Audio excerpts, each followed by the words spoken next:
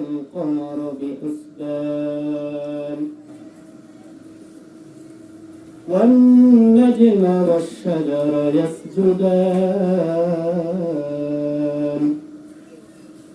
وفضل زمانا على زمان كما فضل مكانا على مكان وإنسانا على إنسان ونشهد أن لا إله إلا الله وحده لا شريك له لا ضد له ولا ند له ولا مثل له ونشهد أن سيدنا وسندنا وحبيب ربنا وطبيب قلوبنا ومولانا محمدا عبده ورسوله الذي أرسله الله تعالى بالحق بشيرا ونذيرا وداعيا إلى الله بإذنه وسراجا منيرا أما بعد فأعوذ بالله من الشيطان الرجيم بسم الله الرحمن الرحيم فمن كان يرجو لقاء ربه فليعمل عملا صالحا ولا يشرك بعبادة ربه أحدا وقال رسول الله صلى الله عليه وسلم لا يؤمن أحدكم حتى أكون أحب إليه من والده وولده والناس أجمعين أو كما قال النبي عليه الصلاة والسلام محمد آكر كفر قوم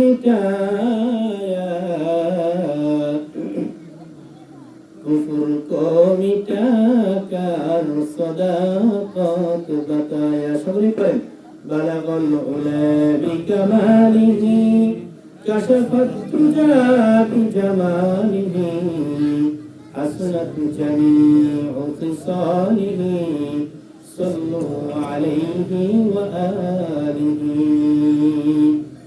ميدوره مجبوره أي سيد عالم ميدوره مجبوره أي سيد عالم दीदार दिखा दे नहीं आवाज सुना दो दीदार दिखा दे नहीं आवाज सुना दो बलगल उला बिकमालिह कशफ الدجى بجماله حسنت جميع خصاله صلوا عليه وآله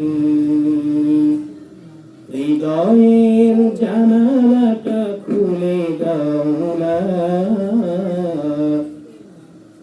প্রভুর প্রেমে কেন সারা দাও না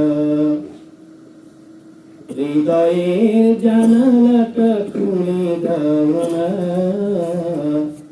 প্রভুর প্রেমে কেন সারা দাও না বিশ্ব মালিক যিনি আল্লাহ মহান সৃষ্টিকারী এই নিখিল জাহান বিশ্ব মালিক যিনি আল্লাহ মহান সৃষ্টিকারী এই নিখিল জাহান তবু কেন তার ডাকে তবু কেন তার ডাকে সাড়া দাও না। লা ইলাহা ইল্লাল্লাহ, লা ইলাহা ইল্লাল্লাহ, লা ইলাহা ইল্লাল্লাহ, লা ইলাহা ইল্লাল্লাহ, মুহাম্মাদুর রাসূলুল্লাহ। রব্বি ইশরাহ লি সাদরি ওয়া ইয়াসসির লি আমরি ওয়াহলুল উকদাতাম মিন লিসানি ইয়াফকাহু কওলি ওয়া বিকা নাস্তাঈনু ইয়া মুস্তাআন। আলহামদুলিল্লাহ। বাড়িওয়ালার নাম কি?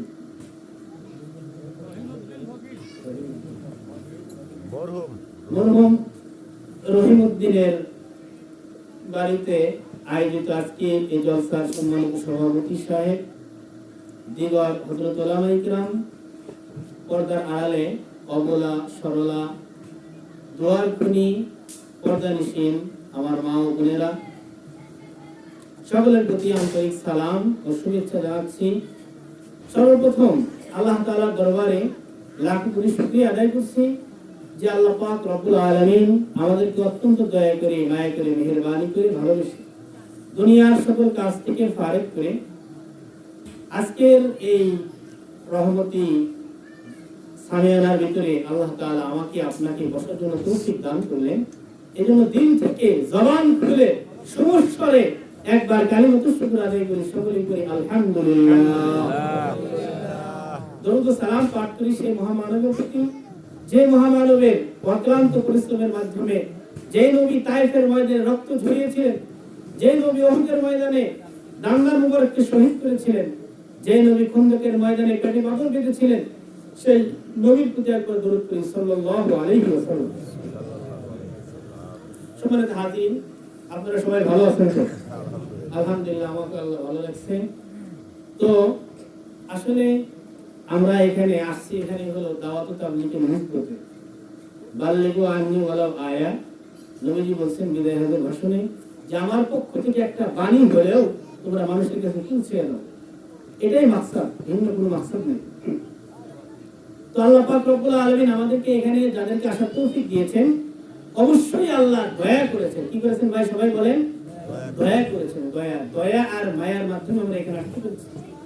আমরা কি গায়ের বলে, শক্তির বলে, বংশের বলে এখানে আসতে পারি নাই। যাকে আল্লাহ কবুল করেছেন তাকে আল্লাহ আসার তৌফিক দিয়েছেন।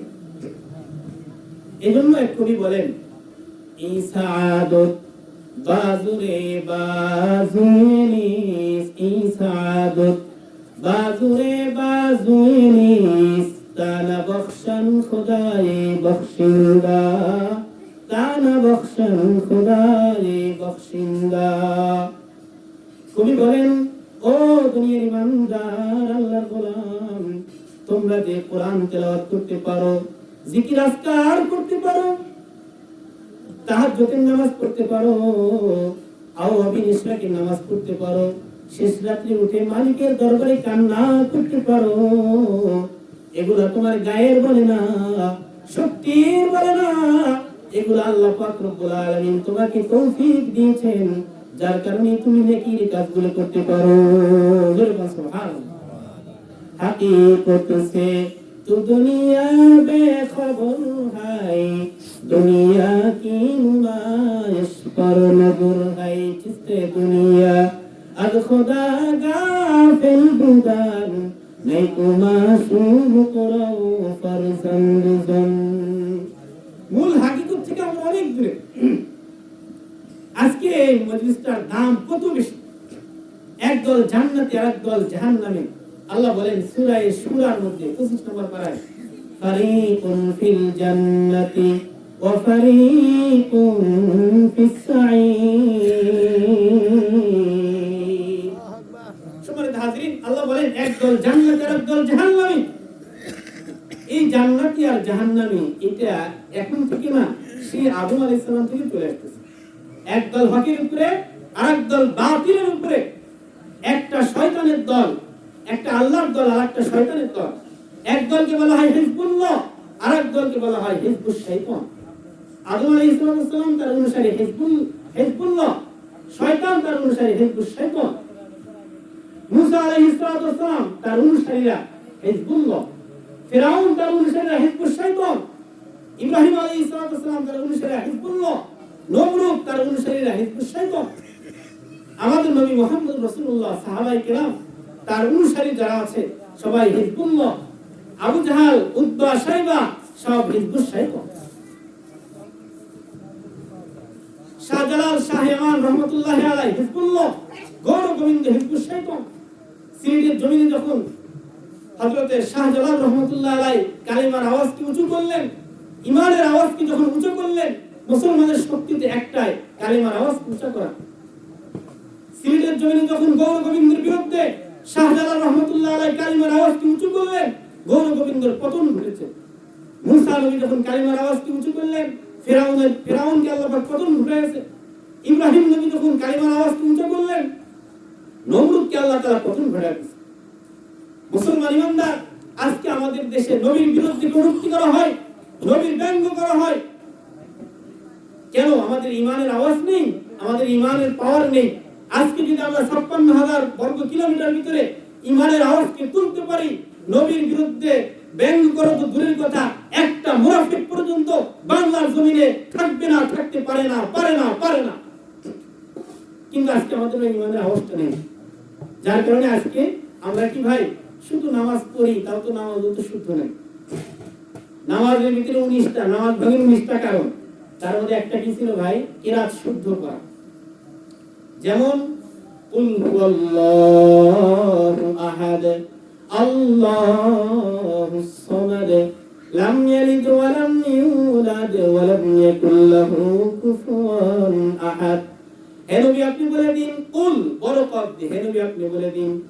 এখন যদি আমি বলি কুল মানে আপনি খান, বলার খাওয়া কি এক হয় ভাই? বলেন বলার খাওয়া কি এক হয়? ফাসাল্লি লিরাব্বিকা ওয়ানহার, ইনহার আপনি কুরবানি করেন। এখন যদি আমি বলি ইনহার মানে তুমি ঘুমোত দাও। এজন্য আরবি এটা শিখতে হয়, উস্তাদের জবান থেকে শিখতে হয়। আজকে আমরা যে মজলিসের ভিতরে আসছি, এই মজলিসের দাম কত বেশি দেখেন।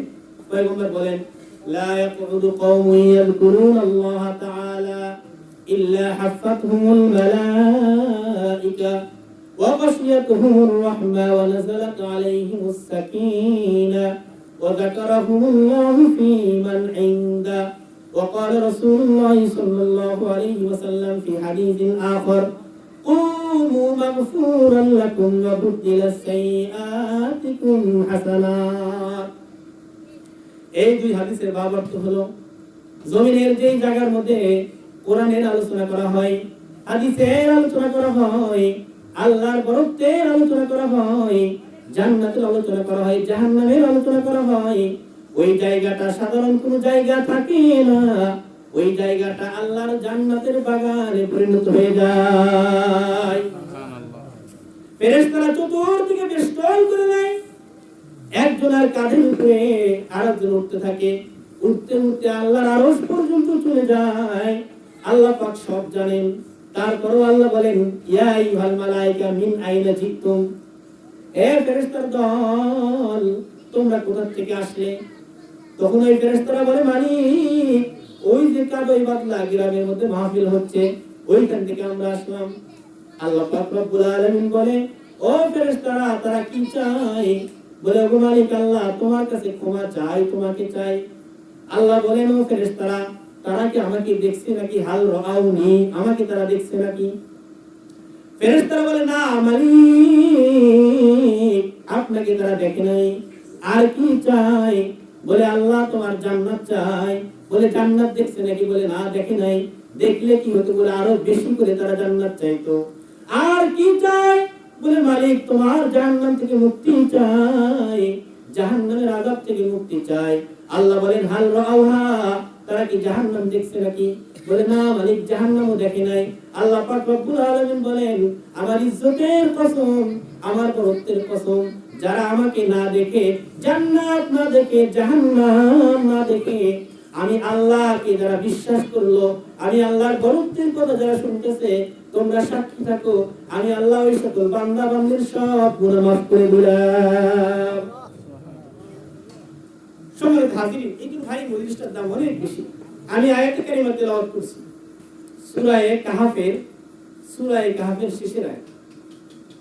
আল্লাহ তাআলা বলেন, ফামান কানা ইয়ারজু লিকা রাব্বিহি ফালইআমাল আমালান সালিহা ওয়ালা ইউশরিক বিইবাদাতি রাব্বিহি আহাদা।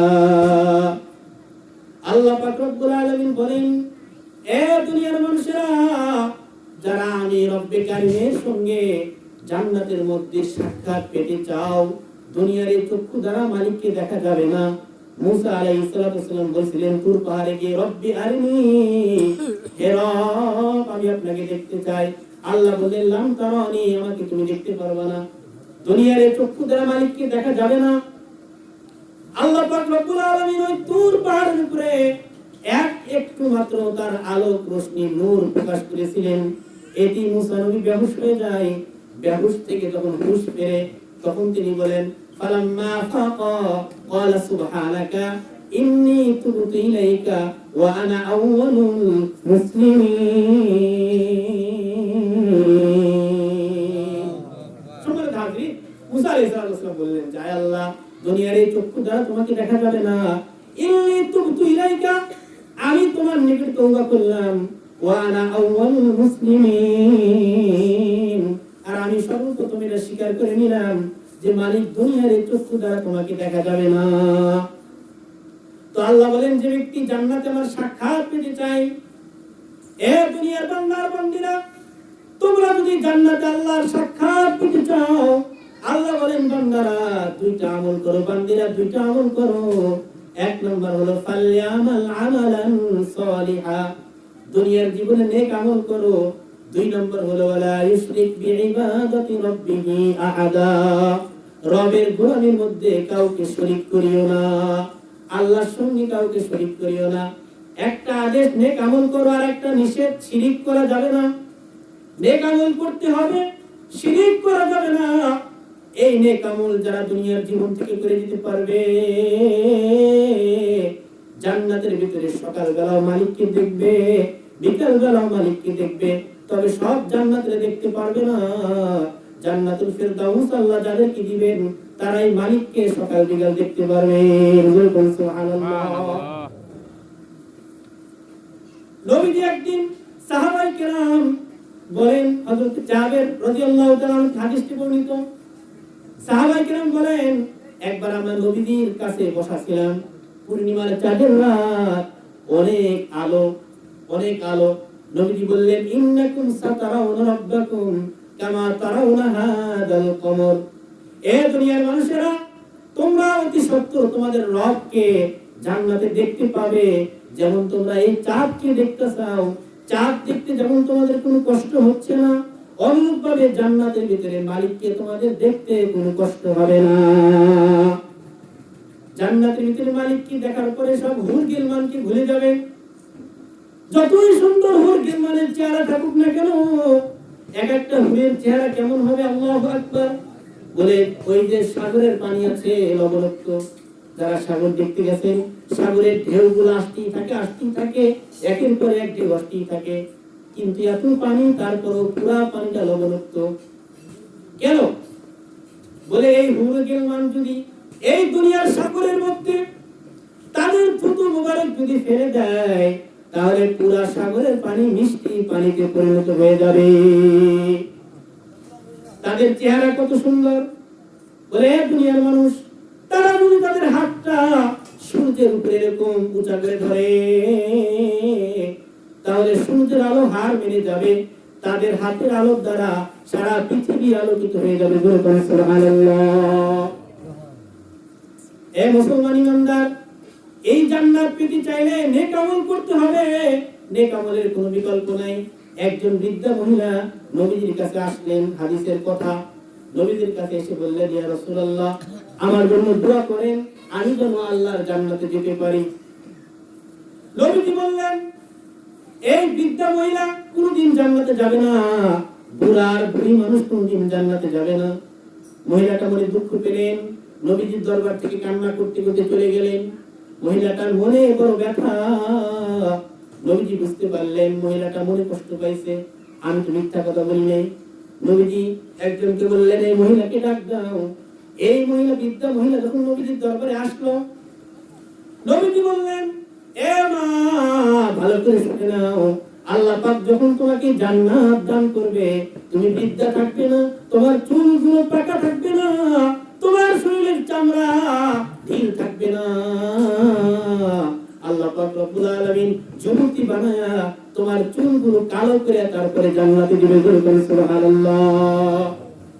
জান্নাতের ভিতরে কেউ কোনোদিন বৃদ্ধ হবে না, কেউ কোনোদিন কারো মাথার চুল পাকবে না, দাড়ি পাকবে না, শরীরের চামড়া ঢিল হবে না, মাথার ভিতরে কোনোদিন ঘোরাবে না, পেটের ভিতরে কোনোদিন বদহজম হবে না, হাত পায়ে ব্যথা হবে না, সর্বদা সুস্থ থাকবে, জোয়ান থাকবে। এটা হলো জান্নাতের নিয়ামত। এই জন্য কবি বলেন, কিন্তু তারপরে মালিককে দেখার পরে সব নিয়ামত ভুলে যাবে। তারা একটা কবিতা আবৃত্তি করবে, কবিতা হলো হুরু গিলমান जितनी नियामत है तो सबसे बढ़कर नियामत दीदार तो हूर गिलमन जितनी नियामत है तो सबसे बढ़कर नियामत दीदार तो रब्बे करीम আপনি তো আমাদেরকে হুর গিলমান দিয়েছেন, এর চাইতে বড় নিয়ামত হলো আপনার দিদার। আপনাকে দেখার পরে হুরও ভালো লাগতেছে না, আপনাকে দেখার পরে গিলমানও ভালো লাগতেছে না। গিলমান কি জিনিস বলে আল্লাহ পাক 12 বছরের ছোট্ট ছোট্ট সন্তানদেরকে আপনার খিদমতের জন্য দিবে। তাদের কোনোদিন দাড়ি জ্বলাবে না, কোনোদিন মুখ জ্বালাবে না, কোনোদিন বড় হবে না। তারা আপনার কাছে এসে বলবে স্যার কি লাগবে, চা লাগবে না কফি লাগবে না কি লাগবে, শুধু আপনার কাছে আসবে। ويطوف عليهم غلمان لهم كأنهم لؤلؤ مكنون। আল্লাহ বলেন ويطوف عليهم, জান্নাতীদের সামনে ঘোরাফেরা করবে এই গিলমানরা কান্নাহুম লুলুম মাকনুন, কেমন যেন তারা লুকায়িত মুক্তা, মুক্তা এমনি সুন্দর।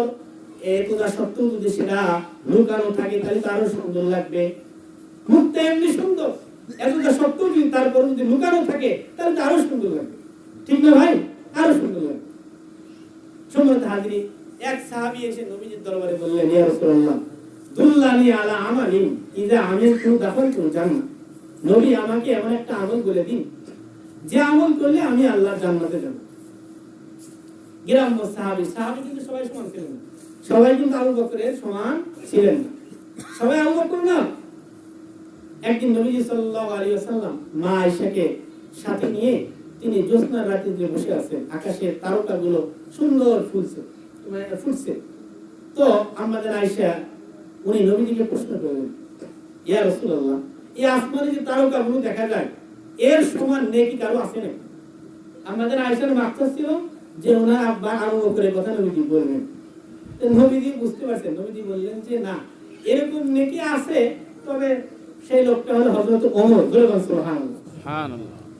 মা আয়েশার মনটা খারাপ হয়ে গেল। আপনারা দেখবেন মেয়েরা কিন্তু বাপের বাড়ির কথা যত বলবেন তত খুশি, ভাইয়ের গল্প করবেন মানে প্রশংসা করবেন, বাপের প্রশংসা করবেন, খুব খুশি।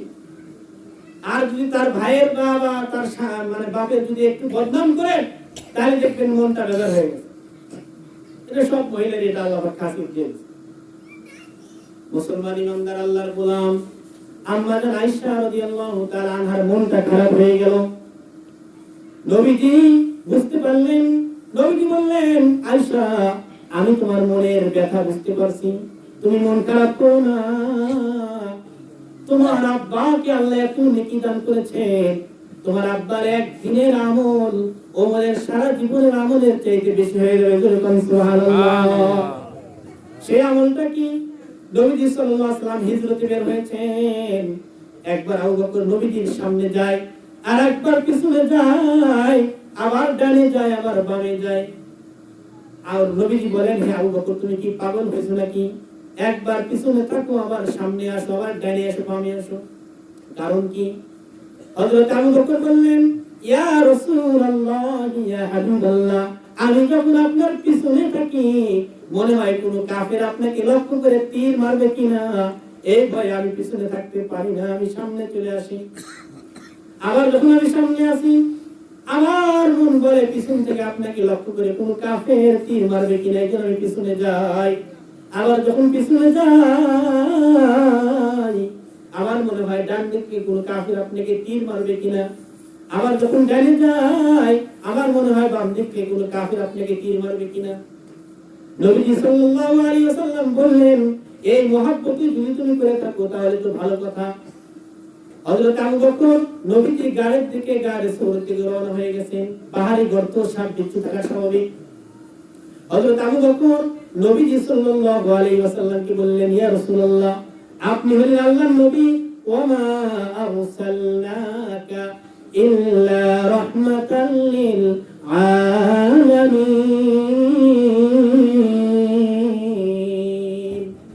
ওয়া মা আরসালনাকা ইল্লা রাহমাতাল লিল আলামিন।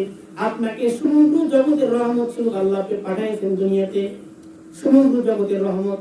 অতএব আপনি থাকেন, আমি একটু পাহাড়ি গর্ত ভিতরে যাই। হযরত আবু বকর পাহাড়ের গর্ত ভিতরে গিয়া উনি যতগুলো গর্ত ছিল সবগুলো গর্তের মুখ তার কাপড় ছিঁড়ে এরকম সবগুলো গর্তের মুখ বন্ধ করে দেয়। কিন্তু একটা গর্ত বন্ধ করতে পারতেছিলেন না, বন্ধ করেন নাই। ওই গর্তের ভিতরে আল্লাহ তাআলা একটা সাপ রেখেছিলেন। ওই সাপকে আল্লাহ পাক জানা দিছিল আখির জামানার নবী এই গর্তের ভিতরে একদিন আসবে। আর ওই সাপটা মালিকের কাছে দোয়া করছিলেন, ও মালিক, নবীটিকে যেন আমি এক নজর হলো দেখতে পারি। আল্লাহ পাক সাপের দোয়া কবুল করছে। নবীজি আজকে তার বাড়িতে মেহমান, অথচ হযরত আবু বকর ওই গর্তের মুখে পা দিয়ে এরকম গর্তটা দাবায় রাখছে। নবীজি দেখার জন্য আবু বকর প্রতিবন্ধক হয়ে গেছে। এই জন্য সাপটা হযরত আবু বকরকে ধ্বংস করে। আবু বকরকে ধ্বংস করার পর এই সাপের ব্যথা সহ্য করতে না পেরে আবু বকরের চোখের পানি নবীজির রানের উপরে পড়ে যায়। নবীজি জাগ্রত হয়ে যায়। নবীজি দেখলেন একটা সাপ আসছে। নবীজি সাল্লাল্লাহু আলাইহি ওয়াসাল্লাম বললেন, আরে তুমি কেন তাকে ধ্বংস করছো? ওই সাপের জবান আল্লাহ পাক খুলে দেয়। হায়াতুল হাইওয়ান নামের কিতাবের ভিতরে আছে ঘটনাটা। সাপের জবান আল্লাহ খুলে দেয়। ওই সাপটা ডাকতে বলে, ওগো নবী, আমি আপনাকে দেখবো। আবু বকর প্রতিবন্ধক হয়ে গেছে, এই জন্য আমি বাধ্য হয়ে তাকে কামড় দিয়েছি, বেয়াদবি মাফ করে দিবেন। সম্মানিত হাজিরিন, সাহাবায়ে কেরাম নবীজিকে এরকম করে ভালোবাসছে, নবীজিকে এরকম করে ভালোবাসছে। এজন্য ভাই নেক আমল করতে হবে। তো সাহাবী এসে কি বললেন, ইয়া রাসূলুল্লাহ, আমাকে আমল করে দিন, যে আমল করে আমি জান্নাতে যাব। তো নবী বললেন, নবীজি বললেন যে তা'বুদুল্লাহ, আল্লাহর ইবাদত করো, ওয়ালা তুশরিকু বিহি শাইআ, তার সঙ্গে কাউকে শরীক করো না। এরপরে বললেন, ওয়া তুকিমুস সালাতাল মাকতুবাতা ওয়া তুআদ্দিজ যাকাতাল মাফরুযাতা ওয়া তাসুমু রমাযান। নবী সাল্লাল্লাহু আলাইহি ওয়াসাল্লাম বললেন, এ সাহাবী, পাঁচ ওয়াক্ত নামাজগুলো জামাতের সাথে আদায় করো, পাঁচ ওয়াক্ত নামাজগুলো পড়ো, আর যে হারে আল্লাহ পাক তোমার উপরে যাকাত ফরজ করেছেন ওই হারে তুমি যাকাত দাও, আর রমজান মাসে রোজা রাখো। ওই সাহাবী কি বললেন? এবার ওই সাহাবী বললেন, ওয়াল্লাযী নাফসি বিয়াদিহি লা আযীদু আলা হাযা ওয়ালা আনকুস, ওই সত্তার হাতে, যার হাতে আমার প্রাণ, আপনি যা বলেছেন একটু বাড়াবো না, একটু কমাবো না। এই সাহাবী যখন নবীজির দরবার থেকে চলে গেলেন, নবীজি বললেন, হে আমার সাহাবীরা, কেউ যদি জান্নাতি সাহাবীকে দেখতে চাও তাহলে আমার এই সাহাবীকে তোমরা দেখে নাও। সুবহানাল্লাহ, আমার এই সাহাবীকে তোমরা দেখে নাও। মুসলমান ইমানদার সাহাবায়ে কিরাম নবীকে কি পরিমাণ মহব্বত করেছে। একজন মহিলা নবীজির দরবারে এসে বললেন, ইয়া রাসূলুল্লাহ, শুনলাম আপনি নাকি জিহাদের ময়দানে যাবেন, আপনি নাকি জিহাদের ময়দানে যাবেন। এই যে আমার হাতে ছোট বাচ্চাটা, এই বাচ্চাটা আপনি জিহাদের ময়দানে নিয়ে যান। নবীজি বললেন, হে সাহাবী, এই বাচ্চাটা তীর মারতে পারবে না তলোয়ার মারতে পারবে, তলোয়ার চালাইতে পারবে? ওই মহিলাটা উত্তর দেয়, নবীজি, জানি আমার ছেলে তলোয়ারও চালাইতে পারবে না, তীরও চালাইতে পারবে না, তবে আমার বিশ্বাস যখন আপনার দিকে কাফেরেরা লক্ষ্য করে তীর মারবে, আমার সন্তানটাকে ডাল হিসেবে ব্যবহার করবেন। সুবহানাল্লাহ, কি মহব্বত করছে! মদিনার ভিতরে ঘোষণা হয়ে গেল, কদ কুতিলা মুহাম্মদ, মুহাম্মদকে হত্যা করে দেওয়া হয়েছে। একজন মহিলা খুব জোরে দৌড়াইতেছে, একটা জামাতের সঙ্গে দেখা। ওই জামাতের লোকজন বলল, আরে মহিলা তুমি কোথায় যাও? তোমার স্বামী তো একজন জিহাদের ময়দানে শহীদ হয়ে গেছে। এবার ওই মহিলা বললেন, স্বামী শহীদ হয়েছে তাতে আমার কোনো আসে যায় না, বলো আমার প্রাণের নবী কেমন আছে? আর এক দলের সঙ্গে দেখা, তারা বলে, এই মহিলা তুমি কোথায় যাও? তোমার আপন বড় ভাই আজকে জিহাদের ময়দানে শহীদ হয়ে গেছে। মহিলা ডাকতে বলে, আরে আমার বড় ভাই মারা গেছে, শহীদ হয়ে গেছে, আমার কোনো আসে যায় না, বলো আমার রাহমাতুল লিল আলামিন কেমন আছে? নবীজি কেমন আছে সে কথা বলো। সামনে আগাইতেছেন, দৌড়াইতেছেন। আর একজন বলল, আরে মহিলা কোথায় যাও? তোমার যে সন্তান কলিজার টুকরা, আজকে সেই কলিজার টুকরা জিহাদের ময়দানে শাহাদাত বরণ করেছে। এবার মহিলা বললেন, আমার সন্তান জিহাদের ময়দানে শাহাদাত বরণ করেছে, আমার কোনো আফসোস নাই, বলো আমার প্রাণের নবী রাহমাতুল লিল আলামিন কেমন আছে? মুসলমান ইমানদার আল্লাহর গোলাম, এই মহিলা নবীজিকে দেখলেন, দেখার পরে নবীজিকে ডাক দিয়ে বললেন, ইয়া রাসূলুল্লাহ, আমার স্বামী মারা গেছে, তো কোনো আফসোস নাই, আমার ছেলে মারা গেছে, কোনো আফসোস নাই, আমার ভাই মারা গেছে, কোনো আফসোস নাই, আপনি নবী যখন জীবিত আছেন আল্লাহ পাক আমাকে অনেক ভালো রাখবে। জোরে কোন সুবহানাল্লাহ। নবীর মহব্বত, এজন্য হাদিসের মধ্যে আছে, লা ইউমিনু আহাদুকুম হাত্তা আকুনা হাব্বা ইলাইহি মিন ওয়ালিদিহি ওয়া ওয়ালাদিহি ওয়ান নাসি আজমাইন। কোন মানুষ ততক্ষণ পর্যন্ত পরিপূর্ণ ঈমানদার হতে পারবে না যতক্ষণ পর্যন্ত সে তার সন্তানের থেকে, পিতার থেকে, স্ত্রীর থেকে, পরিবারের থেকে সব কিছুর চাইতে নবীকে বেশি ভালো না বাসবে, ততক্ষণ পর্যন্ত কেউ পরিপূর্ণ ঈমানদার হতে পারবে না। জোরে কোন ঠিক কিনা? এইজন্য ভাই, আজকে তো নবীর বিরুদ্ধে অনেক কথা বলা হয়, কিন্তু আমরা তো কিছুই বলি না। অথচ ঈমানের দাবি কি জানেন? ঈমানের দাবি হলো উলামায়ে কেরামের ডাকে সাড়া দিয়ে তারা যে কাজ বলে, যে কাজ করতে বলে সেটা করা। সম্মানিত হাজির, এজন্য ভাই নেক আমলগুলো করা, নবীর মহব্বত রেখে, আল্লাহর মহব্বত রেখে নেক আমল করা। হযরতে নূহ আলাইহিস সালামকে আল্লাহ পাক দুনিয়াতে পাঠিয়েছিলেন। উনি কয় বছর দাওয়াত দিয়েছেন আপনারা জানেন কি? 950 বছর। কয় বছর বলেন? আল্লাহ পাক বলেন, ওয়ালাকাদ আরসালনা নূহান ইলা কওমিহি ফালাবিসা ফীহিম আলফা সানাতিন ইল্লা 50 আমা ফাআখাযাহুমুত তুফানু ওয়া হুম যালিমুন।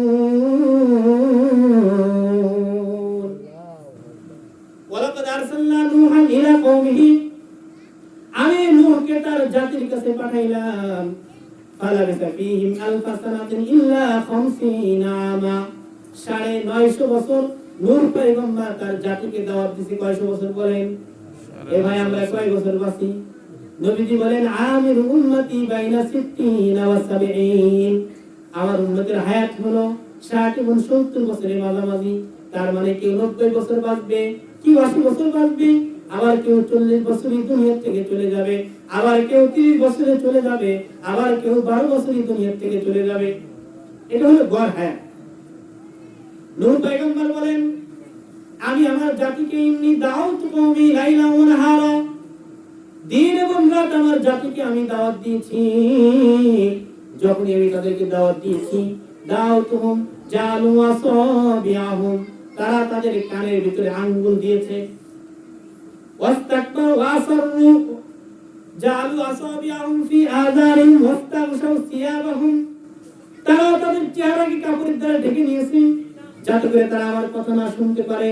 ওয়াস্তাকবারু ইসতিকবারা, এবং তারা অহংকার করেছে। 950 বছর দাওয়াত দেওয়ার পরে ওনার বিরক্তি আসছে, একটা বিরক্তি ভাব আসছে। মালিকের কাছে হাত তুলে দোয়া করলেন, ওগো মালিক, যেই জাতিকে আমি এত বছর দাওয়াত দিলাম মাত্র হাতে গোনা কয়েকজন মুসলমান হয়েছে, রব্বে কারীম, এদেরকে দাওয়াত দিয়ে তেমন ফল কিছু হচ্ছে না, লাভ হচ্ছে না। ওগো মালিক, রব্বি লা তাদার আলাল আরদি মিনাল কাফিরিন দাইয়ারা, রব্বে কারীম লা তাদার আলাল আরদি মিনাল কাফিরিন দাইয়ারা, এই জমিনের উপরে কাফেরদের বংশ রক্ষা পায় এমন কাউকে আপনার আযাব থেকে রেহাই দিন না। রব্বে কারীম। রব্বুল আলামিন দোয়া কবুল করলেন। আল্লাহ পাক রব্বুল আলামিন বললেন আনিসমাইল ফুলকা বিআইনিনা, হে নূহ পয়গম্বর তুমি একখানা নৌকা তৈরি করো। নূহ পয়গম্বর একটা বড় দেখে একটা নৌকা তৈরি করা শুরু করলেন।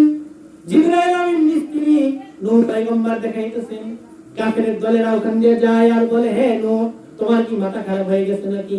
পৃথিবীতে কোথাও পানি নেই, আশপাশে কোথাও পানি নাই, তুমি নৌকা কোথায় চালাইবা? তুমি কি নৌকা বিশ্ব রোডে চালাইবা নাকি? একজন এক এক কথা বলে। হযরত নূহ কিছুই বলেন না, মনে মনে বলেন সময় আসলে ঠিকই টের পাইবা আমি নৌকা কোথায় চালাবো, রোডে চালাবো না পানির মধ্যে চালাবো, এটা সময় আসলে তোমরা বুঝতে পারবা।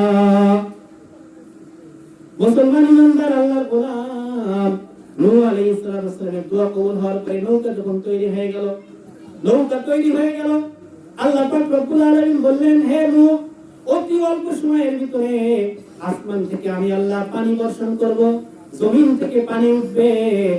এই অল্প সময়ের ভিতরে, অল্প কিছুদিনের মধ্যে এই পুরো পৃথিবী পানির নিচে পড়ে যাবে। অতএব একটা কাজ করো। সেই কাজটা কি? হে নূহ তোমার উপরে যারা ঈমান এনেছে, তোমাকে যারা বিশ্বাস করেছে, আমি আল্লাহকে যারা আল্লাহ বলেন মানে, তুমি নবীকে যারা নবী বলে মানে, তাদেরকে তুমি তোমার নৌকাতে উঠাও। আর প্রত্যেক প্রাণী জগতের এক একটা জোড়া করে তোমার নৌকাতে উঠাও, যাতে করে আমি সবাইকে যখন উঠা নিবা আমি সকলকে এই আযাবের ভিতরে তাদেরকে লিপ্ত করে তাদেরকে আমি মৃত্যু দিয়ে দেব। মুসলমান ইমানদার আল্লাহর গোলাম, ওই সময়ের ভিতরে একজন বৃদ্ধা মহিলা ছিলেন। সে অত্যন্ত আল্লাহর ইবাদত করত, ইবাদত গুজার ছিল। এই বৃদ্ধা মহিলা নূহ পয়গম্বরকে এসে বললেন, হে নূহ আমি শুনলাম রব্বে কারীম নাকি আপনার কাছে একটা তুফান দিবে, বন্যা দিবে, মহাপ্লাবন দিবে।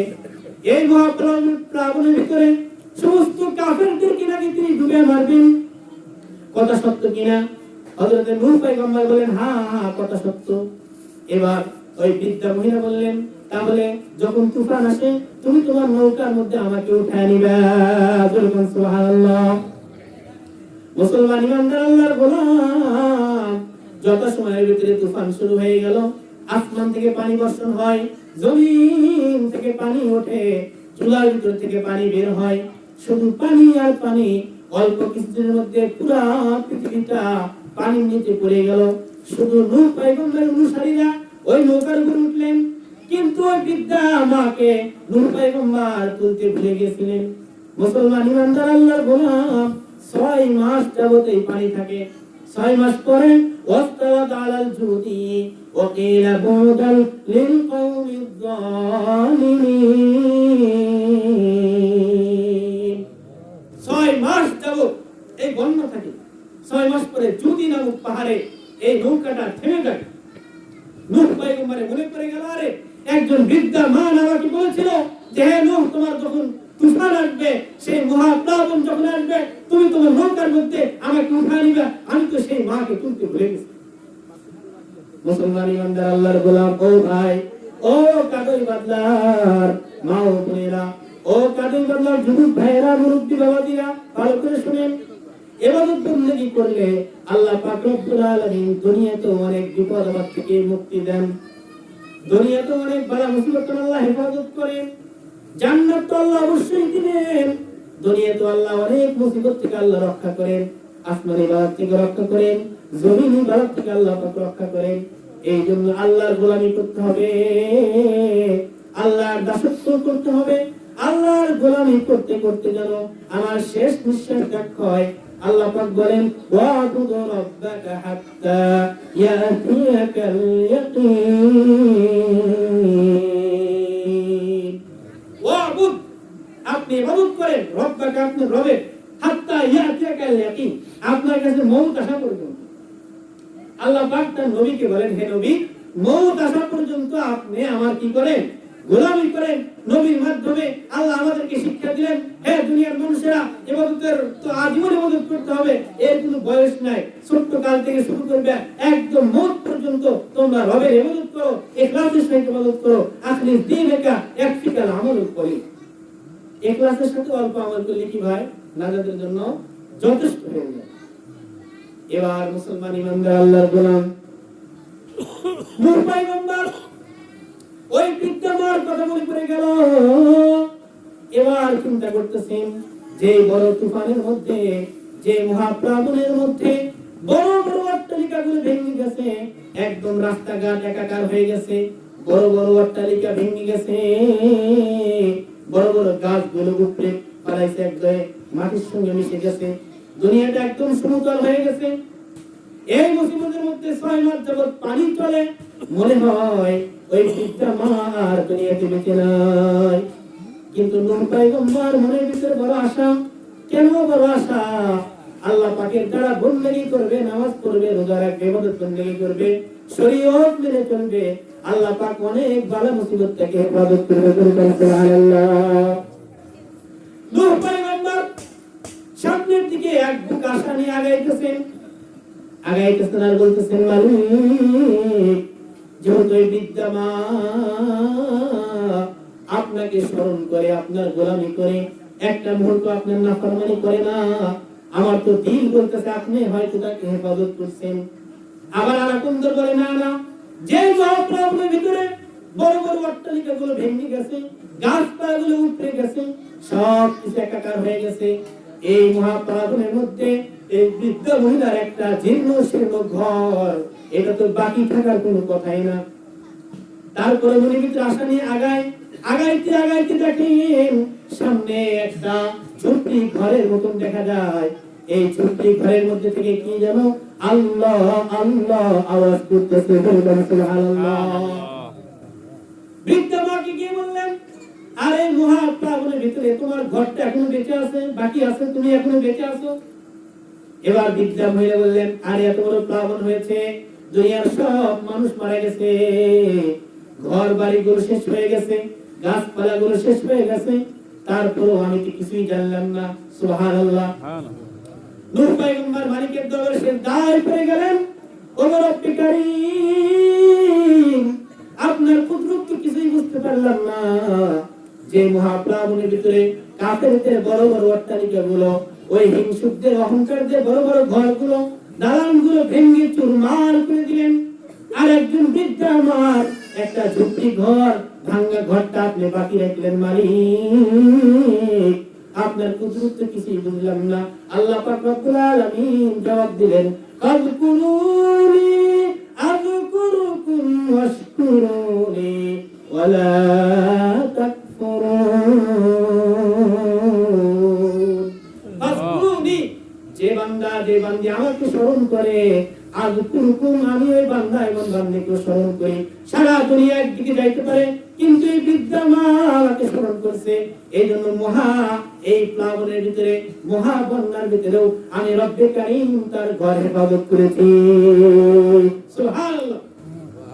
জিকির করি, লা ইলাহা ইল্লাল্লাহ, লা ইলাহা ইল্লাল্লাহ, লা ইলাহা ইল্লাল্লাহ, আলা ইয়া সাকিনাল قصرিল মুআল্লা সাতুদকারু আন করিবিন ফিত্তুরাবি লাহু মালাকুই ইউনাদি কুল্লা ইয়াউমিন লিদুলিল মাউতি ওয়া দুলিল খারাবি কলিলুল হুরুনা ফি দারি দুনিয়া ওয়া মারজি'না ইলা বাইতিত তুরাবি লা ইলাহা ইল্লাল্লাহ, লা ইলাহা ইল্লাল্লাহ, ইল্লাল্লাহু ইল্লাল্লাহ, লা ইলাহা ইল্লাল্লাহ, লা ইলাহা ইল্লাল্লাহ, মুহাম্মাদুর রাসূলুল্লাহ সাল্লাল্লাহু আলাইহি ওয়াসাল্লাম। তো নেক আমল করলে জান্নাতে যাওয়া যাবে। নেক আমল কি জিনিস? বলে নেক আমল একটা ব্যাপক অর্থবোধক শব্দ, এর অনেক শাখা প্রশাখা আছে, অনেক ধারা উপধারা আছে। মোট কথা আমরা সহজে বুঝতে পারি, যেই কাজের মধ্যে আল্লাহর হুকুম থাকবে, নবীজির সুন্নাহ থাকবে, তরিকা থাকবে, ওইটাই নেক আমল হয়ে গেল। সুবহানাল্লাহ। আপনি টয়লেটে গেলেন, কিন্তু ওখানে যদি আপনি বাম পা আগে দিয়ে দোয়া করেন, আল্লাহুম্মা ইন্নী আউযু বিকা মিনাল খুবুসি ওয়াল খাবাইস, বের হওয়ার সময় ডান পা আগে দিলেন, দোয়া করলেন, গুফরানাকা আলহামদুলিল্লাহিল্লাযী আযহাবা আন্নিল আযা ওয়া আফানি, আপনি কেমন যেন বাথরুমে যান নাই, আপনি যেন ইবাদত বন্দেগী থেকে আপনি বের হয়ে গেলেন। সুবহানাল্লাহ। হে মুসলমান ইমানদার আল্লাহর গোলাম, আপনি খাবার খেতে বসলেন, আপনি খাবার যখন সামনে আসলে দোয়া করবেন, আল্লাহুম্মা বারিক লানা ফিমা রাযাকতানা ওয়া কিনা আযাবান নার। খানা যখন শুরু করবেন, বিসমিল্লাহ ওয়া আলা বারাকাতিল্লাহ, খানার মাঝে মাঝে লাকাল হামদু ওয়া লাকাশ শুকরু। খানা শেষ করার পরে বললেন, আলহামদুলিল্লাহিল্লাযী আত'আমানা ওয়া সাকানা ওয়া জা'আলানা মিনাল মুসলিমিন। এই দোয়াটা যখন আপনি করলেন, পুরা খানা যেন আপনি খেলেন না, খানা যেন খেলেন না, বরঞ্চ পুরা টাইমটা আল্লাহ পাক ইবাদতের সওয়াব দান করবে। আপনি রাত্রিবেলা ঘুমাইতে যাবেন, ওখানেও কিছু সুন্নাত আছে। ওযুর সহিত ঘুমান, 33 বার সুবহানাল্লাহ পড়েন, 33 বার আলহামদুলিল্লাহ পড়েন, 34 বার আল্লাহু আকবার পড়েন, এরপরে আল্লাহুম্মা বিসমিকা আমুতু ওয়া আহইয়া বলে এটা পড়ে ঘুমিয়ে যান। ঘুম থেকে ওঠার পর আলহামদুলিল্লাহিল্লাযী আহইয়ানা বা'দা মা আমাতানা ওয়া ইলাইহিন নুশুর। তাহলে এই যে 6 থেকে 7 ঘন্টা, 8-9 ঘন্টা আপনি যেন ঘুমাইলেন না, পুরো টাইমটা যেন মাওলা পাকের বন্দেগী করলেন। সুবহানাল্লাহ। সুবহান হাজির, এইগুলো ভাই যের মধ্যে আল্লাহর হুকুম আছে, নবীর তরিকা আছে, সেটাই নেক আমল। সেটাই কি বলেন? সেটাই নেক আমল। বলেন সেটাই কি? সেটাই নেক আমল। ভারতে দেওবন্দ মাদ্রাসা নাম শুনছেন আপনারা? সবাই শুনছেন? দেওবন্দ মাদ্রাসা, এটা একটা অনেক বড় মাদ্রাসা। কত বড় মাদ্রাসা? বলে আমাদের বাংলাদেশের পৃথিবীতে যত কওমি মাদ্রাসা আছে, আপনাদের কি দুটো কওমি মাদ্রাসা আছে না? এই মাদ্রাসার উম্মুল মাদারিস হলো ওই দেওবন্দ মাদ্রাসা। মানে এই মাদ্রাসাটা নবীজি সাল্লাল্লাহু আলাইহি ওয়াসাল্লাম লাঠি দ্বারা ওই মাদ্রাসাটা কাসিম নানভী রাহমাতুল্লাহ আলাইহিকে রাত্রিবেলা বসায়, কাসিম নানভীকে নিয়ে লাঠি দ্বারা মাদ্রাসা আঁকা দিয়ে গেছেন। বলছে যে এই লাঠি যে আমি আঁকা দিয়ে গেলাম, এর ভিতরে তুমি মাদ্রাসা করবে, এর ভিতরে কি করবে? মাদ্রাসা করবে। এই জন্য আমাদের দেওবন্দ মাদ্রাসাগুলো, দেওবন্দের মানে অধীনে যে মাদ্রাসাগুলো আছে, এগুলাতে পড়লে আল্লাহ পাক কাউকে বসায় রাখে না, নাই মসজিদ নাই মাদ্রাসা, না বলে জীবনে একটা উপায় আল্লাহ রিজিক দেয়। সুবহানাল্লাহ। এটা আল্লাহ পাকের একটা বড় নিয়ামত, কারণ এটা নবীজির মাদ্রাসা। নবীর মাদ্রাসা পড়বে, কোরআন সহিহ করবে, আর সে না খেয়ে থাকবে, এটা তো হতেই পারে না। এই কোরআনের উসিলা করে আল্লাহ তাআলা কাফের, মুশরিক, হিন্দু, বৌদ্ধ, খ্রিস্টান সকলকে রিজিক দিচ্ছেন। আর মুসলমান তালেব ইলম, উলামায়ে কিরাম মাদ্রাসা পড়বে, কোরআন তেলাওয়াত করবে, রাত্রি জিকির আজকার করবে, ওই উলামায়ে কিরামকে আল্লাহ পাক না খাওয়া রাখতেই পারে না। সম্মানিত হাজিরিন, আপনি যদি কোরআন তেলাওয়াত করেন, দেখবেন গ্রামের মধ্যে যারা কি করে, একটু নামাজ কালাম বেশি করে, তাবলীগ করে, এরপরে মনে করেন যে লম্বা জামা গায়ে যায়, এদের কিন্তু মনে দাওয়াত দেয় না। কেন? মানুষ মনে করে কি যে আসলে ভালো মানুষ, আসলে ভালো মানুষ।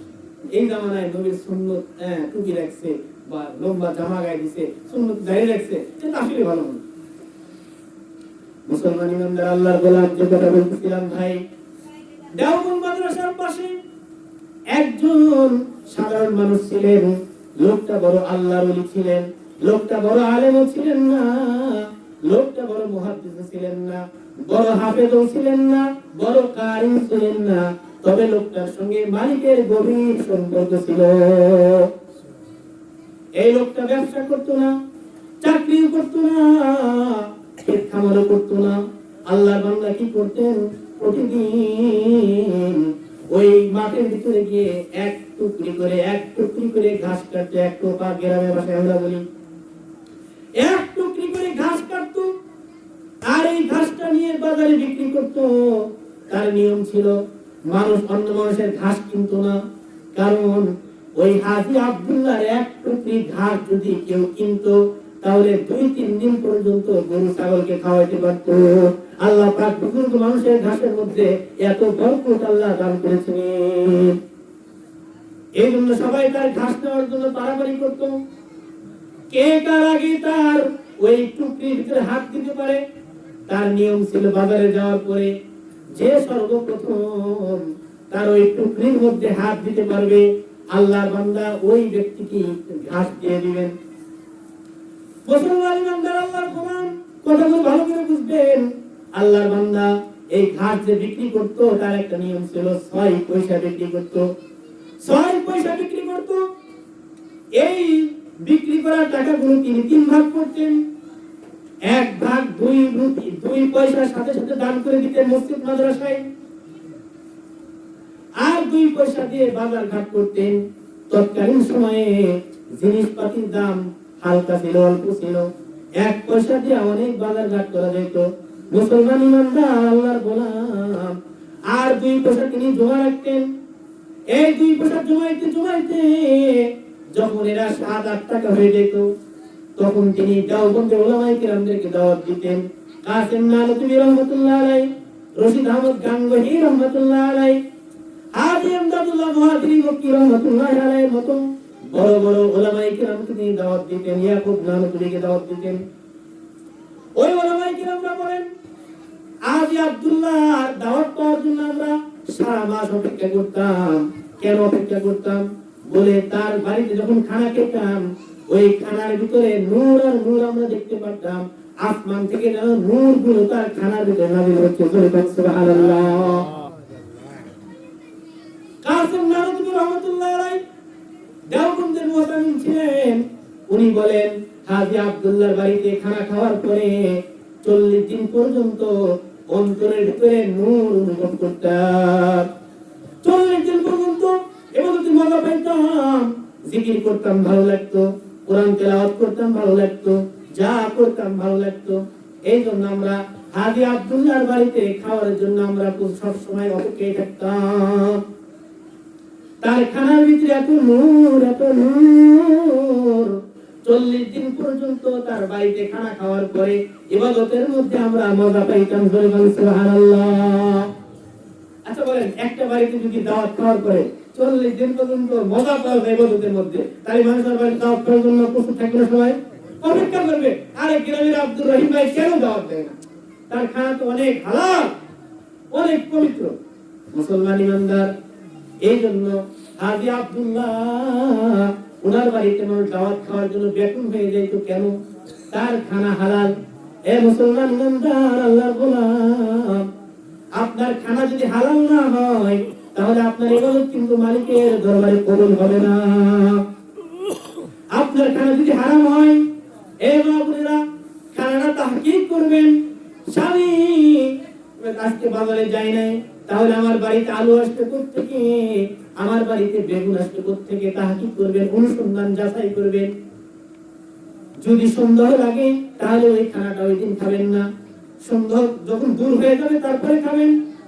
কারণ হাদিসের মধ্যে আসছে, লা ইয়াদখুলুল জান্নাতা জাসাদুন গুযিয়া বিল হারাম। হারামের দ্বারা যে শরীর লালিত পালিত হয়েছে, যে শরীরের মধ্যে হারামের মিশ্রণ হয়ে গেছে, হারামের দ্বারা রক্ত মাংস হয়ে গেছে, ওই শরীর আল্লাহর জান্নাতে যাবে না। এই জন্য মুসলমান ইমানদার ভাই, এ ভাই, ও কাবি বদলার মা, ও কাবি বদলার মা, ও বোনেরা, ভালো করে শুনে রাখেন। ইবাদত করবেন অল্প, তবে ইখলাসের সাথে করবেন। হালাল খানা খেয়ে ইবাদত করবেন।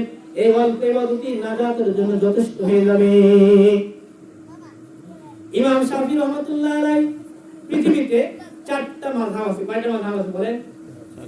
একটা হলো শাফিঈ, আরেকটা মালিকি, আরেকটা হাম্বলি, আরেকটা কি বলেন? আমাদেরটা বাকি আমাদের কিছু ভাই হানাফি। কি বলেন? জোরে বলেন কি? হানাফি। হানাফি। আমরা কোন মাযহাবের মুসলিম বলেন? হানাফি। আমাদের ইমামের নাম কি বলেন? আবু হানিফা। ওনার আসল নাম ছিল নুমান। আসল নাম কি? নুমান বিন সাবিত। তো এই মাযহাবদের মধ্যে ইমাম শাফি রহমাতুল্লাহ আলাইহির ছাত্র ছিলেন ইমাম আহমদ বিন হাম্বল। ওনারা অনেক পরের তফকা। আমাদের ইমাম আবু হানিফা রহমাতুল্লাহ আলাইহি উনি সাহাবায়ে কিরামকে দেখছেন, অনেক সাহাবী থেকে ডাইরেক্ট হাদিস riwayat করেছেন। তবে ইমাম আহমদ, ইমাম শাফি ওনারা সাহাবীকে পান নাই, ওনারা তাবিঈকে পাইছেন। তো ইমাম শাফি রহমাতুল্লাহ আলাইহি তার ছাত্র আহমদ ইবনে হাম্বলকে দাওয়াত দিলেন। কাকে দাওয়াত দিলেন বলেন? আহমদ ইবনে হাম্বলকে দাওয়াত দিলেন। তার বাড়িতে বললেন, হে আমার মেয়েরা, আজকে একজন অনেক বড় বুজুর্গ তোমাদের বাড়িতে এসেছে, অনেক বড় বুজুর্গ তোমাদের বাড়িতে এসেছে, খবরদার বেয়াদবি কিন্তু করা যাবে না। সুন্দর করে খানা রেডি করবা, এরপরে রাত্রিবেলা তিনাকে একটা ঘরে ঘুমাইতে দেওয়া হবে, এরপরে ওখানে বদনার ভিতরে পানি দিবে, তাদের যেগুলো বলছে। তো শহরের বাহিরে, মিশরের বাহিরে ওই বাদশাকেও সাথে নিছেন আহমদ বিন হাম্বলকে আগা নেওয়ার জন্য। তো ওনাকে যখন আগে তার বাড়িতে নিয়ে আসলেন, বাড়িতে নিয়ে আসার পরে হযরত ইমাম শাফি রহমাতুল্লাহি আলাইহি আহমদ বিন হাম্বল রহমাতুল্লাহি আলাইহিকে খাবার দিলেন। ওই খাবার তিনি এত পরিমাণ খাইলেন যে একাই 4-5 জনের খাবার খেয়ে শেষ করে দিলেন, একাই 4-5 জনের খাবার খেয়ে শেষ করে দিলেন। রাত্রিবেলা তার ঘরের মধ্যে, যে ঘরে তিনাকে শুতে দেওয়া হলো, বদনার ভিতরে পানি দেওয়া হলো। রাত চলে গেল, পানি বদনার মধ্যে রয়ে গেল। সকালবেলা ইমাম শাফি রহমাতুল্লাহ আলাইহির ছাত্ররা বিচার দিলেন, হুজুর আপনি বললেন বড় আল্লাহর ওলি আমাদের কাছে আসছে, কিন্তু কই আল্লাহর ওলি রাত্রে একাই 5-6 জনে খাবার খেয়ে শেষ করে দিল। এত বড় পেটু অনেক বেশি খায়, আবার সারা রাত্র নাক টেনে ঘুম পাচ্ছে, কারণ বদনার পানি বদনায় রয়ে গেছে। সে তো তাহাজ্জুদ পড়ে নাই, রাত্রি সাথে ওঠে নাই।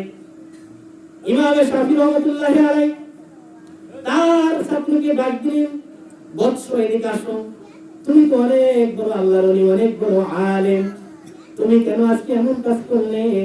একাই 4-5 জনের খাবার খেয়ে শেষ করে দিলে, আবার রাত্রিবেলা তাহাজ্জুদ আজকে পড়ো নাই। ইমাম আহমদ বিন হাম্বল রহমাতুল্লাহি আলাইহি ডাক দিয়ে বলেন, ওস্তাদ, আমার প্রাণের ওস্তাদ, ভালো করে শুনুন, আপনার বাড়িতে যখন আমি খাবার খেতে বসি, দেখি আপনার এত বরকতের খাবার, ওই খাবারের ভিতরে আসমান থেকে নূর নাযিল হচ্ছে, সুবহানাল্লাহ। খানার ভিতরে বরকত, নূর অবতীর্ণ হচ্ছে, খানার ভিতরে অনেক নূর আমি দেখতে পেলাম। এত পবিত্র খানা, হালাল খাবার আমি কোনোদিন খাই নাই। এই জন্য আমি চাইলাম বেশি করে হালাল খাবারটা খেয়ে নিই, জীবনে আর কোনোদিন পাবো কিনা আমার জানা নাই।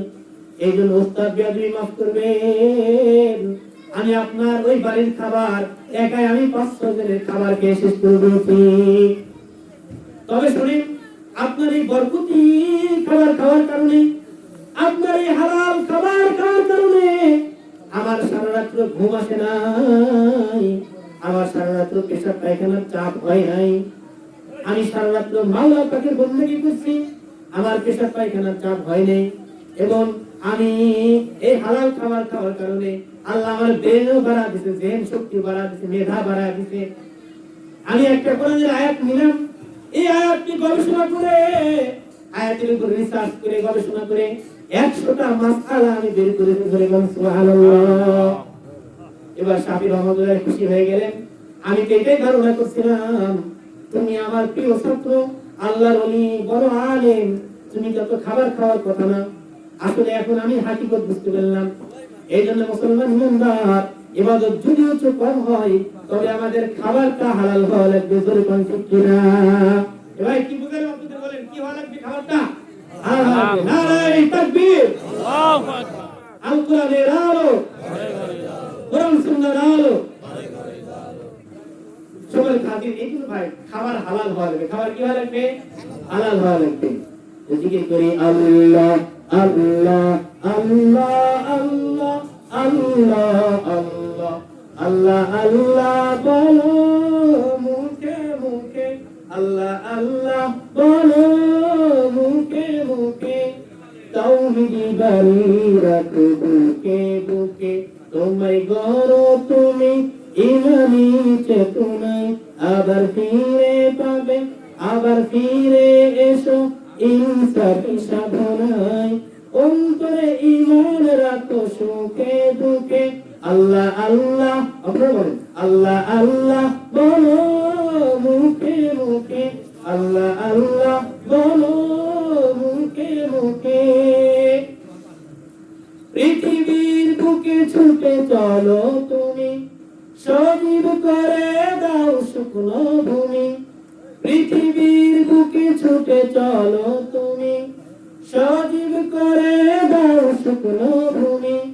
জান্নাত রাখো তুমি জীবনের সীমানায়, সিরাতের পথে চলে যাও তুমি ঠিকানায়, বাধা সব পারো তুমি দিতে রুখে। সবাই বলেন আল্লাহ আল্লাহ বলো মুখে মুখে, আল্লাহ আল্লাহ বলো মুখে মুখে, তাওহীদি বাণী রাখো বুকে বুকে, তোমায় গড়ো তুমি ইমানি চেতনায়, আবার ফিরে এসো ইনসাফি সাধনায়, অন্তরে ঈমান রাখো সুখে দুঃখে, আল্লাহ আল্লাহ বলো মুখে মুখে। আল্লাহু আল্লাহ বলে যাও দ্বিধাহীন, আল্লাহর হুকুমে থাকো সারাদিন, আল্লাহু আল্লাহ বলে যাও দ্বিধাহীন, আল্লাহর হুকুমে থাকো সারাদিন, আসমানি হুকুমত করে দেখায় ধরায়, আবার তোমার হাত মুগ্ধ হোক সাধনায়, আসবে বিজয় রাখো সাহস বুকে, আল্লাহ আল্লাহ বলো মুখে মুখে, আল্লাহ আল্লাহ বলো মুখে মুখে, তাওহীদি বাণী রাখো সুখে দুঃখে, আল্লাহ আল্লাহ বলো মুখে মুখে। ভাই আল্লাহর কথাগুলি ভালো শোনা গেল না বলবেন না? এই জন্য মাঝে মাঝে আল্লাহর জিকির করা। আল্লাহ পাক বলেন ইয়া আইয়ুহাল্লাযীনা আমানু যিকুরুল্লাহা যিকরান কাসীরা। আল্লাহ বলেন হে ঈমানদাররা উযকুরুল্লাহা যিকরান কাসীরা, তোমরা বেশি বেশি করে আল্লাহর জিকির করো, ওয়াসাব্বিহুহু বুকরাতান ওয়া আসীলা, আর সকাল সন্ধ্যা আল্লাহর তাসবিহ পাঠ করো। এই যে আমি কোরআনুল কারীম তেলাওয়াত করতেছি, অনেকগুলো আয়াত তেলাওয়াত করলাম, আজকের এই মাহফিল থেকে আপনারা কিছু যদি না পান, কমাস কম প্রত্যেকটা অক্ষরের বিনিময়ে আল্লাহ পাক রব্বুল আলামিন 10টা করে নেকি আমাদের সকলের আমলনামায় দান করেছেন। সুবহানাল্লাহ। আমি অনেকগুলো আয়াত তেলাওয়াত করলাম, নগদ ফায়দা। এর চাইতে আর বড় ফায়দা কি হয়? আমি যে কথা বলতেছিলাম ভাই নেক আমল করা, ইমাম আবু হানিফা রাহমাতুল্লাহ আলাইহি সম্পর্কে আসছে, উনি একদিন রাত্রিবেলা ওয়ান্তাজুল ইয়াওমা আইয়ুহাল মুজরিমুন এই আয়াত পড়তেছেন আর বেহুশ হয়ে যাচ্ছেন। আয়াতের অর্থ হলো রব্বে কারীম কিয়ামতের ময়দানে বলবে ওয়ান্তাজুল ইয়াওমা আইয়ুহাল মুজরিমুন, আজকে যারা গুনাহগার বান্দা আছো, নাফরমান আছো, আল্লাহর গোলামি করো না, দাসত্ব করো না, তারা আজকে নেককারদের কাঁটার থেকে পৃথক হয়ে যাও। মুসলমান ইমানদার আল্লাহর গোলাম ইমামে আবু হানিফা রাহমাতুল্লাহ আলাইহি বলেন, যদি আল্লাহ পাক রব্বুল আলামিন এমন ঘোষণা দিয়ে দেয়, তাহলে আমি আবু হানিফা কোন কাতারে শামিল হব? ইমামে আবু হানিফা রাহমাতুল্লাহ আলাইহি অনেকবার নবীকে স্বপ্ন দেখছেন। যে ব্যক্তি একবার নবীকে স্বপ্ন দেখছে, আল্লাহ পাক তার জন্য কবরের আযাবকে হারাম করে দিবে, জাহান্নামের আগুনকে আল্লাহ পাক হারাম করে দিবেন। অনেকবার স্বপ্ন দিদার হয়েছে নবীর সঙ্গে, এত স্বপ্ন যদি ওনারা সারা রাত কান্না করতে পারে। এ ভাই, এ কাদের বাদলার যুবক ভাইরা, এ কাদের বাদলার মা বোনেরা, আমি কি ইবাদত পেশ করছি মালিকের সামনে? কি আমি ইবাদত আমি মালিকের সামনে পেশ করব? মালিক যদি বলে আরে জান্নাত যেতে চাও, একটা আমল দেখাও, কোন আমলের বিনিময়ে তুমি জান্নাতে যাইবা? ও ভাই, আমার তো নামাজ ঠিক নেই, আমার তো রোজার ভিতরে ত্রুটি, আমি তো কোরআন তেলাওয়াত শুদ্ধ করে পড়তে পারি না, আমি তো নামাজটা মালিককে খুশি করে পড়াই করতে পারি না, আমি তো নামাজটা পড়ি তাড়াহুড়ো করে নামাজটা পড়ে চলে যাই। এই তাড়াহুড়ো করে নামাজ পড়লে মালিকের দরবারে কবুল হবে না। এই জন্য ভাই, কাল কঠিন কিয়ামতের ময়দানে যেদিন আল্লাহর সামনে আমরা দাঁড়াবো, ওয়াম্মা মান খাফা মাকাম রাব্বিহি ওয়া নাহান নাফসা আনিল হাওয়া ফাইন্নাল জান্নাতা হিয়াল মাওয়া। আল্লাহ পাক রব্বুল আলামিন বলেন, যে বান্দা আমার ভয় তার অন্তরে রাখবে, নফসকে কন্ট্রোল করে চলবে, আমি রব্বুল আলামিন তার ঠিকানা জান্নাতের ভিতরে করে দেব। রব্বে কারীম যদি আমাদেরকে এই কথা বলে রাখে, তাহলে তো আমাদের বাঁচার কোনো উপায় হবে না। হে মুসলমান, আরেকটা নেক আমলের কথা আপনাদের খেদমতে বলি। এক আল্লাহর ওলি দুনিয়া থেকে চলে গেছে, চলে যাওয়ার পরে তার তার বংশধরকে স্বপ্ন দেখানো হয়েছে। তার বংশধর একজন বলতেছে, আর ভাই, আরে আল্লাহর ওলি, আপনি কেমন আছেন? রব্বে কারীম, মাওলাই কারীম আপনার সঙ্গে কেমন ব্যবহার করেছে? আল্লাহর ওলি জবাব দেন, আমি দুনিয়া থেকে যাওয়ার পরে রব্বে কারীম আমাকে ডাক দিলেন। ডাক দিয়ে বললেন, আরে আব্দুল্লাহ, এদিকে আসো, তুমি জান্নাত যেতে চাও? আমি বললাম, রব্বে কারীম অবশ্যই জান্নাত যেতে চাই। আল্লাহ পাক বললেন, তাহলে একটা আমল দেখাও যে আমলের বিনিময়ে তুমি জান্নাতে চলে যাইবা। আমি নামাজের কথা বললাম, শেষ রাতে তাহাজ্জুদের কথা বললাম। আল্লাহ পাক রব্বুল আলামিন বললেন, ও বান্দা, তোমার নামাজ আমি আমার দরবারে কবুল হয় নাই, তোমার রোজা আমি মালিকের দরবারে কবুল হয় নাই, তোমার কোন বন্দেগী আমি মালিকের দরবারে কবুল হয় নাই। অতএব তোমার বন্দেগী তুমি নিয়ে নাও, আমার জান্নাত আমি মাওলা পাককে দিয়ে দাও। মুসলমান ইমানদার, আল্লাহর গোলাম, এবার আল্লাহর ওলি ভয় পেয়ে গেলেন, একটা আমল কবুল হয় নাই।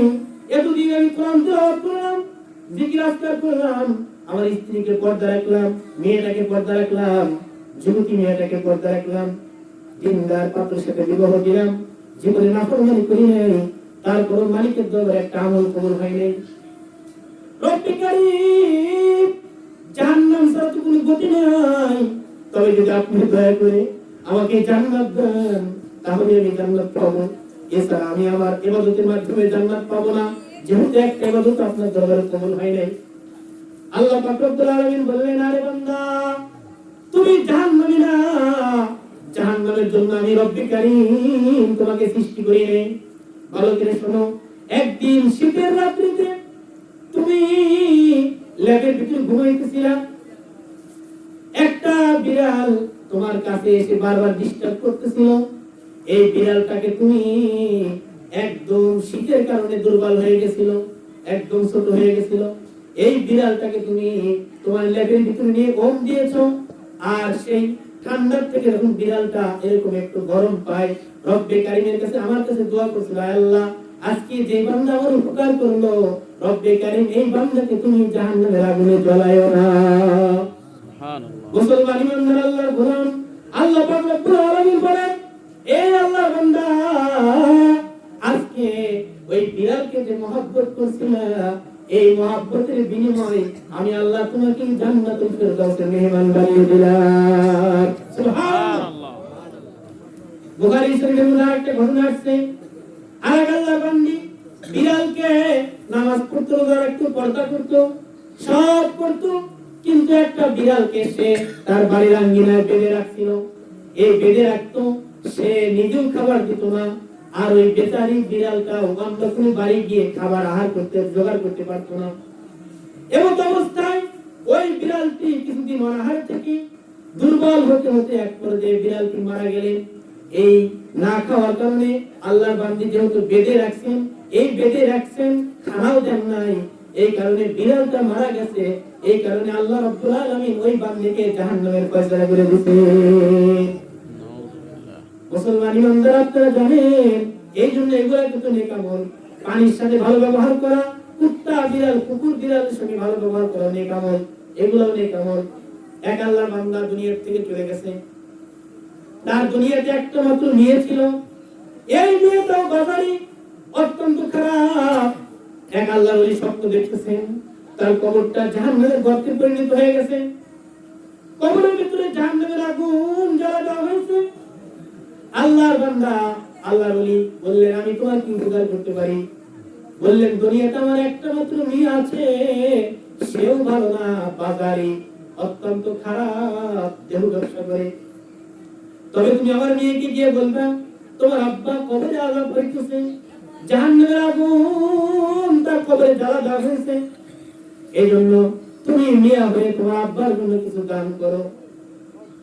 আল্লাহর ওলি সকালবেলা ঘুম ভাঙার পরে ওই গ্রামে গেলেন, যে গ্রামের ঠিকানা বলে দিছে, ওই গ্রামে গিয়ে দেখতে পেলেন, খোঁজ নিলেন, খোঁজ নেওয়ার পরে জানতে পারলেন এই মেয়েটা একটা পুকুরের মধ্যে গোসল করতেছে। দুপুরের সময় পুকুরের মধ্যে গোসল করে আল্লাহর বান্দি দেখা মাত্র আল্লাহর ওলি বললেন, হে আল্লাহর বান্দি, তোমার আব্বা মারা গেছে। বলে জি আমার আব্বা মারা গেছে। কি বলেন তাড়াতাড়ি বলেন। বলে তোমার আব্বাকে আমি দেখলাম তোমার আব্বার কবরটা জাহান্নামের টুকরায় পরিণত হয়ে গেছে, তুমি কিছু দান করো। এ দুনিয়ার ইমানদার ও মুসলমান ও কাবে বাংলার যুবক ভাইয়েরা, মা ও বোনেরা, বাবাজিরা ভালো করে শুনুন। দুনিয়াতে যদি কেউ মাতা পিতার মারা গেছে, এই মারা যাওয়ার কথা যদি কেউ এসে বলে, তাহলে কিন্তু ওই ছেলে এবং মেয়ের দিলটা নরম হয়ে যায়। কিন্তু আল্লাহর বান্দির অন্তরটা নরম হয় নাই। উপহাস করে এক চুল পানি আল্লাহর ওলির দিকে ছুঁড়ে মারলেন আর বললেন না আমি দান করলাম। আল্লাহর ওলি এই অবস্থা দেখে মনটা ব্যথিত হয়ে গেলেন। পরের দিন রাত্রি ঘুমাইছেন, স্বপ্ন দেখতেছেন। গতকাল যে আল্লাহর বান্দাকে জাহান্নামের ভিতরে দেখলেন, আজকে ওই আল্লাহর বান্দা জান্নাতের ভিতরে ঘোরাফেরা করতেছে। সুবহানাল্লাহ। আল্লাহর বান্দা আল্লাহর ওলিকে দেখে হেসে দিলেন। বলেন আরে তুমি হাসো কেন? তোমাকে আজকে জান্নাত দিতেছি, কারণ কি? বলে আপনি না আমার মেয়েকে গিয়ে দান করার কথা বলছেন। আমার মেয়ে দান করছে, এই দান করার কারণে আল্লাহ পাক আমার কবরটাকে জান্নাতের বাগান বানিয়ে দিয়েছে। আল্লাহ ওলি বললেন আরে তোমার মেয়ে তো দান করে নাই, এক চুল পানি উপহাস করে আমার দিকে মারছে। এবার ওই মেয়েটা বললেন কি বলেন? ওই আল্লাহর বান্দা বললেন না না, এক চুল পানি উপহাস করে মারলে কি হবে? এই পানিটা এমন একটা পিপলিকার উপরে, এমন একটা ছোট মাখলুকের উপরে গিয়ে পড়ছে যে পানির অভাবে মারা যাইতেছিল। আর সে যখন পানি পাইছে, পানি পাওয়ার পরে মালিকের দরবারে দোয়া করছে, আয় আল্লাহ আমাকে যে পানি দিল তার যদি আপনজন কবরে থাকে, রব্বে কারীম তুমি তাকে কবরে আযাব দিও না। ওই ছোট্ট মাখলুকের দোয়া কবুল করছে। আল্লাহ পাক রব্বুল আলামিন আমার কবরটাকে জান্নাতের বাগান বানিয়ে দিয়েছে। এই জন্য মুসলমান ইমানদার নেক আমল করতে হবে ভাই। 5 ওয়াক্ত নামাজ পড়তে হবে। রমজান মাসে রোজা তো অবশ্যই রাখবেন। কোরআন তেলাওয়াত করতে হবে প্রতিদিন। একটা নির্দিষ্ট পরিমাণ কোরআন তেলাওয়াত করবেন। 1 পারা হোক 7 পারা হোক 5 পৃষ্ঠা হোক, প্রতিদিন খতমের নিয়তে প্রতিদিন তেলাওয়াত করবেন। ইমাম আবু হানিফা রাহমাতুল্লাহ আলাইহি অনেক বেশি কোরআন শরীফ তেলাওয়াত করতেন। সাহাবায়ে কিরামের মধ্যে হযরত ওসমান গনি অনেক বেশি কোরআন তেলাওয়াত করতেন। এমনকি ওনার সম্পর্কে বর্ণিত আছে এই যে 7 বার তাওয়াফ করা হয়, 7 বার তাওয়াফ করা হয়, প্রত্যেকটা তাওয়াফের মধ্যে এক খতম করে তিনি কোরআন তেলাওয়াত করতেন। সুবহানাল্লাহ। এরা তাদের বরকত হয়েছে ভাই, তাদের জীবনে আল্লাহ বরকত দিয়েছেন। আমার আপনার দ্বারা হবে না। কেউ যদি মালিকের ইবাদত বন্দেগী করে, মালিক ওই বান্দার হায়াতের মধ্যে বরকত দেয়। অন্যরা যে কাজ 1 মাসে করবে, আল্লাহর ওলিরা ওই কাজ 1 সপ্তাহ ধরে করে ফেলে। বলুন সুবহানাল্লাহ। সবাই হাজির। এজন্য ভাই আমরা কি করব ভাই? নেক আমল করব। সবাই নেক আমল করব না ভাই ইনশাআল্লাহ। আর নেক আমলের জন্য আমাদের নেক আমলের জন্য শর্ত কি বলছিলাম? হালাল খাবার। কি খাবার ভাই? হালাল খাবার। হালাল খাবার খাবেন, ইনশাআল্লাহ নেক আমল আল্লাহর দরবারে কবুল হবে। হ্যাঁ, আর যদি খাবার যদি হালাল না হয়, হারামের যদি মিশ্রণ হয়ে থাকে, তাহলে এই নেক আমল কিন্তু আল্লাহর দরবারে কি হবে না ভাই? কবুল হবে না। এমনকি হাদিস আমি পেশ করলাম, লা ইয়াদখুলুল জান্নাতা জাসাদুন গুদিয়া বিল হারাম। যেই শরীর হারামের দ্বারা লালিত পালিত হয়েছে, গঠন হয়েছে, ওই শরীর আল্লাহর জান্নাতে যাবে না। এই জন্য ভাই বুজুর্গ, আজকে আমরা তো প্রত্যেকেই কি আমরা সুদ আর ঘুষের মধ্যে জড়িত, বিশেষ করে সুদের সাথে জড়িত। হাদিসের মধ্যে এসেছে কেউ যদি 1 টাকা সুদের খায়, তাহলে 36 বার আপন মায়ের সঙ্গে জিনার গুনাহটা আমল নামায় রাখা হবে। নাউযুবিল্লাহ। এজন্য ভাই আল্লাহ পাক হাদিসে কুদসির মধ্যে বলেন, আনা ইনদা যন্নি আবদি, আমার বান্দা আমার সম্পর্কে যেমন ধারণা করবে আমি তার সঙ্গে তেমন ব্যবহার করব। বান্দা যদি মনে করে যে আল্লাহ পাক অন্যদেরকে হালাল খাবার খাওয়াইতেছেন, আমাকে কেন পারবেন না? আমাকে আল্লাহ হালাল খাবার খাওয়াবেন, এই বিশ্বাস নিয়ে যদি সে সামনের দিকে আগায়, সুদ ছাড়ে, ঘুষ ছাড়ে, আল্লাহ পাক রব্বুল আলামিন তাকে হালাল খাবার খাওয়ায়া নেক আমল করায়া দুনিয়া থেকে ঈমানের সহিত পরকালে বাসিন্দা বানায় দিবেন। সুবহানাল্লাহ। আর যদি ভাই আমরা যদি বিশ্বাস করি যে না হালাল ছাড়া হারাম ছাড়া তো হবে না, তাহলে আল্লাহ পাক, আপনি বিশ্বাসই করছেন এইটা, আল্লাহ পাক হারাম আপনাকে খাওয়াবে। এজন্য ইনশাআল্লাহ ভাই নেক আমল করব। পাশাপাশি হলো আজকের এই কথাটা আমরা বুঝলাম যে ভাই নেক আমল কবুল হওয়ার জন্য নেক আমল শর্ত, এই হালাল খাবার কি শর্ত? হালাল খাবার শর্ত। ইয়া আইয়ুহার রাসূল কুলু মিনাত তাইয়্যিবাতি ওয়া আমালু সালিহা, হে রাসূলগণ আপনারা পবিত্র খাবার গ্রহণ করুন আর নেক আমল করুন। তার মানে নেক আমল করার আগে আল্লাহ পাক পবিত্র হালাল খাওয়ার কথা বলেছেন। এজন্য ভাই আমরা কি করব?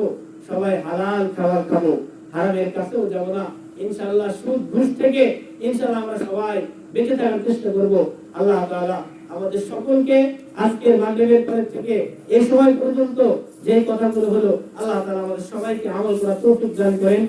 দরুদ শরীফ পড়ি। আল্লাহুম্মা সাল্লি আলা মুহাম্মাদ ওয়া আলা আলি মুহাম্মাদ কামা সাল্লাইতা আলা ইব্রাহিম ওয়া আলা আলি ইব্রাহিম ইন্নাকা হামিদুম মাজিদ। আল্লাহুম্মা বারিক